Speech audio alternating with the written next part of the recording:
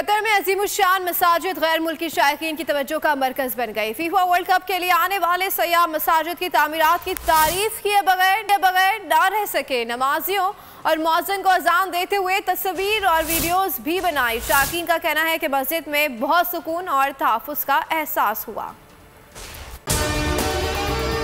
अगर आपको हमारी ये वीडियो पसंद आई है तो लाइक पर क्लिक कीजिए।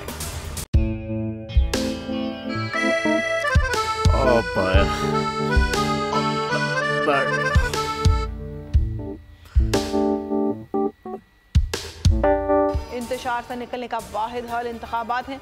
हकीकी आज़ादी मार्च आज रवा। आयत के मुताबिक अगर आप उसको ये रिपोर्ट दे दे तो मैं आपको अपनी 4 सीटें दे दूंगा। मौलाना हाँ साहब, वो जो रिमोट हमें दे दे और वो जो नीली पीली चैनल है वो लगाए। जाओ शबाज। हम ऐसा टीवी देखते ही नहीं जिसका रिमोट हमारे हाथ में ना हो। और यहाँ पे कोई 2 नंबरी नहीं चलेगी। और हम कोई गुलाम है जो आप रिमोट मांगे हम दे दें? Absolutely not. यहाँ पे सिर्फ पाकिस्तान का नंबर 1 चैनल चलेगा, बोल, जो हकीकी सहाफत की जंग लड़ रहा है। पाकिस्तान के लिए कोई और नहीं, सिर्फ बोल खड़ा है। आप सब भी बोल देखें।